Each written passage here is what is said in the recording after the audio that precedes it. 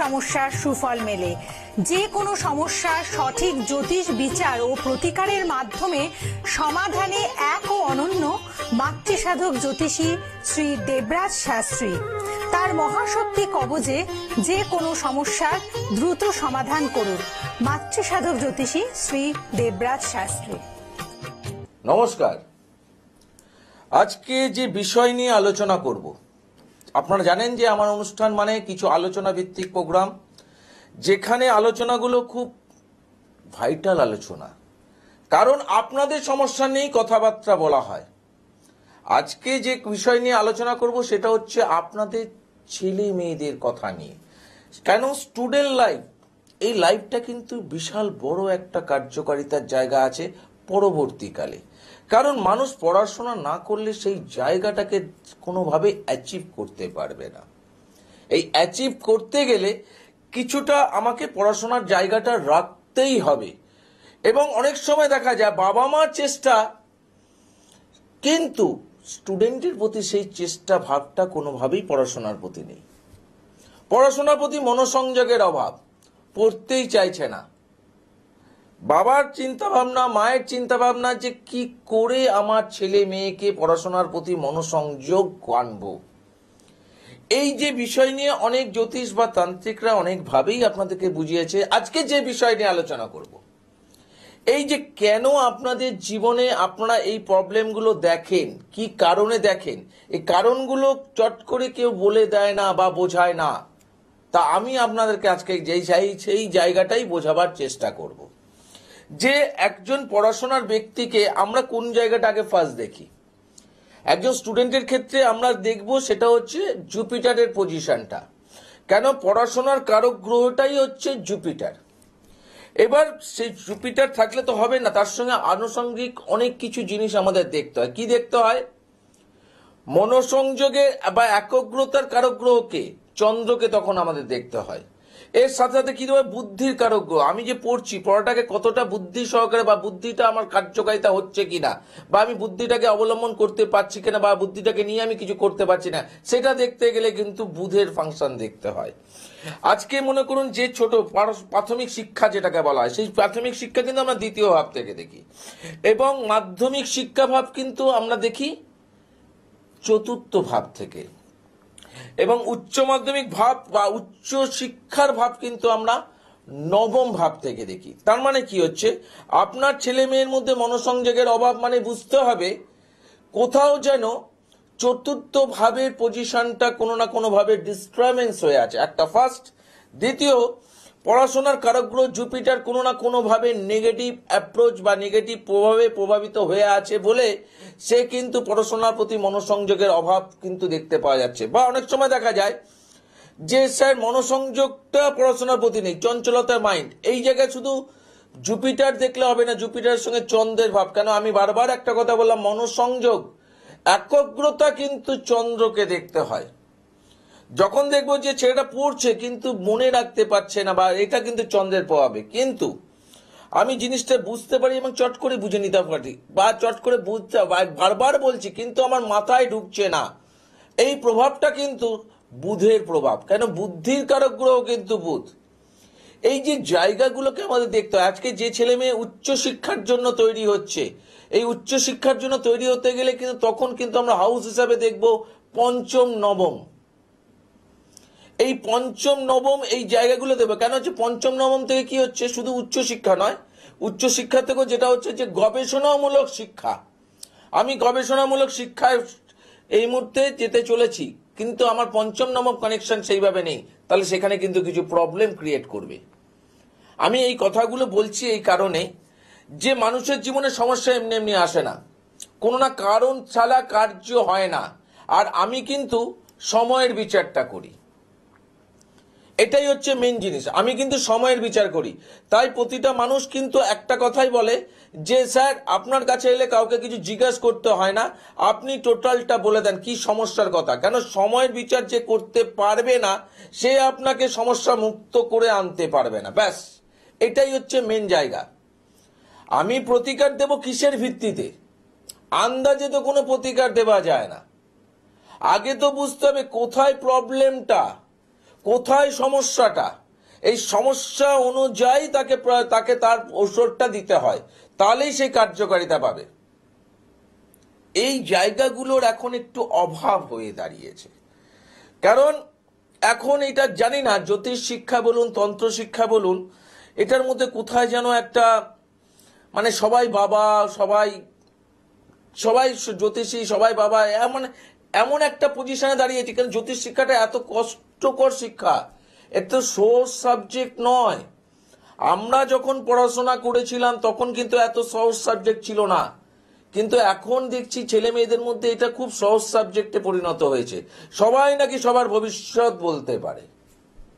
আচ্ছা, ভবিষ্যৎ বলতে পারে, ভবিষ্যতের কথা তো সবাই বলতে পারে, আরে অতীত কজন বলতে পারে?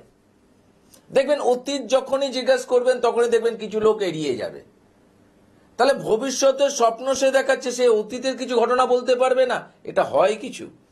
তাই তো আমি প্রতিটা মানুষকে একটা কথা বলি, যার কাছে যাবেন, যেখানে যাবেন, যাকে ভালো লাগে, আগে দেখবেন সেই ব্যক্তি অতীত কতটা মেলাতে পারছে। কেন অতীতটা আপনি জানেন, সেই ব্যক্তি জানে না। সেই ব্যক্তির কতটা ক্যাপাসিটি আছে সেটা অতীত যখনই সে মেলাবে তখনই আপনি বুঝতে পারবেন, না এনার মধ্যে সেই জ্ঞান বা এনার মধ্যে সেই ক্ষমতাটা আছে। আর যখন সে অতীতটাকে এড়িয়ে যাবে, সে আপনাকে বারবার ভবিষ্যতের দিকে ঠেলবে, যে ভবিষ্যতে আপনার এই হবে, ভবিষ্যতে ওই হবে। সেইখানে আপনি যদি কোনোভাবে প্রতিকার প্রতিবিধান তার অনুযায়ী করেন, সেখানে কিন্তু একটা জিজ্ঞাসা চিহ্ন বড়ভাবে রয়ে থাকবে। এই জায়গাগুলোকে আগে বুঝতে হবে। আমি কিন্তু কোনো মানে কি বলবো প্রতিদ্বন্দ্বী প্রোগ্রাম করি না, কিন্তু আমার প্রোগ্রামের মধ্যে একটা বাস্তবতা থাকে। আমি বাস্তবতে প্রোগ্রাম করতে ভালোবাসি। কেন প্রোগ্রামটা শুধু আমার প্রোগ্রাম না, প্রোগ্রামটা আপনাদের প্রোগ্রাম। আপনারা জ্যোতিষশাস্ত্রে, কেন আমি নিজে মেনে চলি, আপনি মেনে চললে আপনারও সেই কার্যকারিতা হবে। আমি মানবো না, আপনাদের বলবো মানুন, এটা হয় না। কেন আপনিও মানুষ, আমিও মানুষ, কিন্তু আমার মধ্যে সেই শিক্ষাটা আছে যেটা আপনার মধ্যে নেই। তাই আমি সেই জায়গাটাকে কভার করতে পারি, আপনারা পারেন না। সমস্যা প্রতিটা মানুষেরই আছে, আপনারও আছে, আমারও আছে। সমস্যার সমাধানও সব জায়গায় আছে, কিন্তু সমাধানের রাস্তাটা তো আপনি জানেন না, কিন্তু আমি জানি আমার সমাধানের রাস্তাটা। তাই আমি ওখান থেকে রিকভার নিজেকে করিয়ে আনতে পারি। স্যার আগে তো এই ধরনের কোনো সমস্যা ছিল না, আগে তো স্যার পড়াশোনার প্রতি মনোসংযোগের অভাব ছিল না। এখন স্যার পড়াশোনার প্রতি মনোসংযোগ অভাব আমার ছেলে মেয়েদের মধ্যে দেখতে পাচ্ছি। কেন? দেখুন আপনার যে কানেকশন গুলো বললাম, সেই কানেকশনের মধ্যে মনোসংযোগের অভাব মানে হচ্ছে চন্দ্র কোনো না কোনো ভাবে পীড়িত হয়ে আছে, হতেই হবে। স্যার বুদ্ধিটা আমি কাজে লাগাচ্ছে না, বা বারবার বললো মনে রাখতে পারছে না। এই যে মনে রাখার ক্ষমতাটা, একগ্রতা, এটাও কিন্তু চন্দ্রের জায়গা থেকে আসে। একগ্রতা মানে আমার পড়ার প্রতি মনোসংযোগই নেই। কিন্তু শুধু চন্দ্রের গাঢ় দিলে কি স্যার আমার ছেলে মেয়ে বা পড়াশোনার প্রতি মনোসংযোগ আসবে? না। আমি যে বললাম গ্রহের সঙ্গে কানেকশন ওয়াইজ কথা বলা এবং কানেকশন ওয়াইজ দেখা, এত কিছু দেখে একটা ছেলেকে, মানে দেখুন একটা মানুষকে যে কোনো জিনিস বলে দেওয়াটা খুব সোজা। সবচেয়ে কঠিন যেটা হচ্ছে সেটা হচ্ছে আপনাকে সমস্যা থেকে বের করে আনাটা। এইটাই হচ্ছে সবচেয়ে বড় কঠিন। প্রতিকার দেওয়াটা, ঠিক জায়গায় ঠিক জিনিসটা পুট আপ করা, এই জায়গাগুলো আমি বরাবর ঠিকঠাক ভাবে করে এসছি বলে আজকে প্রতিটা মানুষ সফল। এবং এর সাথে সাথে আমি কি করি, আমার প্রোটেকশনের জায়গা থেকে এর সাথে সাথে আমি কি করি, আমাদের যে বংশ পরম্পরা রিলেটেড মহাশক্তি কবচ, সেই মহাশক্তি কবচ তার সঙ্গে পুট আপ করি। তাহলে কি হচ্ছে, জিনিসটা অনেকটাই পাওয়ারফুল হয়ে গেল। এই যে মহাশক্তি কবচ, আজকে যে মানুষ আমার কাছ থেকে এসে সেই জিনিসটা ধারণ করেছে, প্রতিটা মানুষ সফলতা পেয়েছে। কারণ এই কবচটা সাধারণ কবচ নয়। বারবার একটা কথা বলি, এই কবচটা কিন্তু অন্য কোনো কবচের সঙ্গে তুলনা করবেন না। আমি তুলনা কোনো জিনিসে করি না, আমি বলি না যে আমি বড়, কিন্তু মানুষজন যখন পড়ছে তারা তখন তাদের ফিডব্যাক দিচ্ছে, সেই ফিডব্যাক গুলোকে তুলে ধরার চেষ্টা করছি। তারাই আবার বলছে যে আমি অন্য জায়গায় জিনিসপত্র করিয়েছিলাম, কাজ করিয়েছিলাম, রেজাল্ট কিছু বুঝিনি, কিন্তু আপনার জিনিস পড়ার পর আমি রেজাল্ট বুঝেছি। এটাই তো একটা প্রকৃত জ্যোতিষ, প্রকৃত তান্ত্রিকের হওয়া উচিত। মানুষটা যে জন্য এসছে, যে জন্য মানুষটা জ্যোতিষ তান্ত্রিকের কাছে আসছে, সে তো মুখ দেখতে আসছে না, সে তো তার জীবনের সমস্যা থেকে নিজেকে বের করে আনতে চাইছে। সেই জায়গাটা সে জানে না বলেই সেই জ্যোতিষ তান্ত্রিকের শরণাপন্ন হচ্ছে।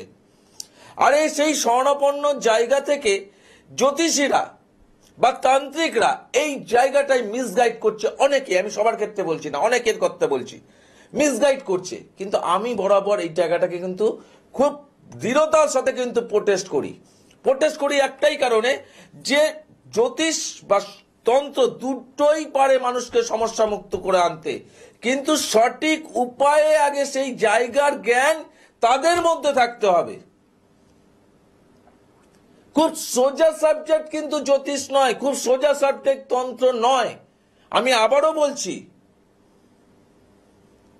কারণ আমি তো আপনাদেরকে বলে দিতে পারতাম, হ্যাঁ এই জন্য এই যায় চন্দ্র মনসংযোগ হবে, চন্দ্র বলতে হবে, এর জন্য একটা পান্নাপুরি না। গদ বাক্যে প্রেডিকশন হয় না, গদ বাক্যে শিক্ষা অর্জন হয় না।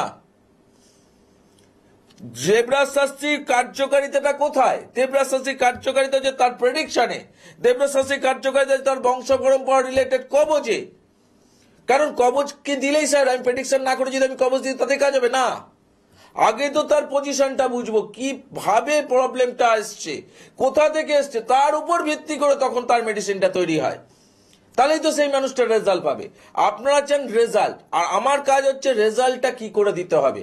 প্রতিটা মানুষে এইভাবেই কিন্তু যারা মহাশক্তি কবচ বংশ পরম্পরা রিলেটেড মহাশক্তি কবচ যারা পড়েছে প্রত্যেকটা মানুষ আজকে সফলতা অর্জন করেছে, এবং তাদের বক্তব্যটাই আপনাদেরকে তুলে ধরার চেষ্টা করছি, কোনো গল্প কথা নয়। যদি আমার অনুষ্ঠান কেউ শুনে থাকেন, আমার কাছাকাছি লোক যাদের আপনার পরিচিতি, তারা আমার কাছে এসছেন, তাদের কাছ থেকে জেনে নেবেন যে স্যার কোনো গল্প কথা বলছে কেন। কারণ গল্প কথা বলি না, গল্প কথা শুনি না। আমি যেটা বলি যে সমস্যা এমনি এমনি হয় না, কোনো না কোনো কারণ থেকে সমস্যা আসে, সমস্যা এমনি এমনি হয় না। আর সমাধানটা অত সহজ সাবজেক্ট নয়, অত সহজ সাবজেক্ট নয় সমাধানটা, অনেক কঠিন সাবজেক্ট। যে জায়গাটাই মানুষ আটকে যায়, স্যার অনেকেই তো বলে দেখি আমার এই হচ্ছে ওই হচ্ছে সবই বলে, কিন্তু আলটিমেট তো প্রতিকার দেওয়ার পরে সেই কাজ বুঝতে পারি না, ওই জায়গাটাই মেন আটকায় সবাই। কারণ ওইটা বলে না অত্যন্ত সমাধানটা আরো অত্যন্ত কঠিন সাবজেক্ট, সেই জায়গাটাকে আমি ঠিকঠাক ভাবে করে এসছি বলে আজকে দীর্ঘ 30 বছর ধরে সুনামের সাথে বলতে পারি যে কটা মানুষ আমাকে বিশ্বাস করে এসছে তারা সবাই সফলতা অর্জন করেছে। তা আপনারা যারা আজকে অনুষ্ঠান দেখছেন তারা কেন বঞ্চিত থাকবেন? তবে আমার প্রোগ্রাম শুনে অবশ্যই আসার প্রয়োজন নেই। পারলে দুটো নাম্বার যেখানে দেখছেন যে দুটো নাম্বার ফোনের মধ্যে টুকে রাখুন, আরো 5 জায়গায় 5 রকম লোকের কাছে ঘুরে আসুন। যখন বুঝবেন যে আমি কোনো জায়গায় সেই রেজাল্ট বুঝতে পারলাম না, তখন আপনাকে মাথায় রাখতে হবে যে এই একজন ব্যক্তি বলেছিল রেজাল্ট যদি প্রকৃত পেতে হয় তাহলে এই দুটো ফোন নাম্বার আপনার জীবনে কাজে লাগবে। তাই তাদের ক্ষেত্রে বলছি এই ফোন নাম্বারটা মোবাইলে সেভ করুন, কিন্তু আসার এখন প্রয়োজন নেই। আগে আপনারা 5 জায়গায় ঘুরুন, তারপরে আসুন। আর যারা মনে করছেন যে সরাসরি দেখা করবেন, দেখবেন নিচ থেকে চেম্বারে কলিং যাচ্ছে, যার যেখানে সুবিধা দেখে নেবেন, সেই দেখা অনুযায়ী বুকিং করবেন। জিজ্ঞাসা করবেন না অমুক জায়গায় বসে না, অমুক জায়গায় বসে না, দেখে নিন চেম্বারে কলিং দেখুন পরপর যাচ্ছে, দেখে নিন যার যেখানে সুবিধে সেই অনুযায়ী করবেন। আর যারা দূর দূরান্ত থেকে আসছেন তাদের জন্য অনলাইন কনসালটেন্সি কিন্তু অবশ্যই আছে, তারা অনলাইনের জন্য ফোন করে জেনে নেবেন কিভাবে আপনার অনলাইনে কনসালটেন্সি করতে পারবেন। তা আজকে যে বিষয় নিয়ে গল্প বলছি, যে আজকে আর সময় নেই, আজকে আর বলার জায়গাটা নেই, আজকের মতো বিদায়, নমস্কার।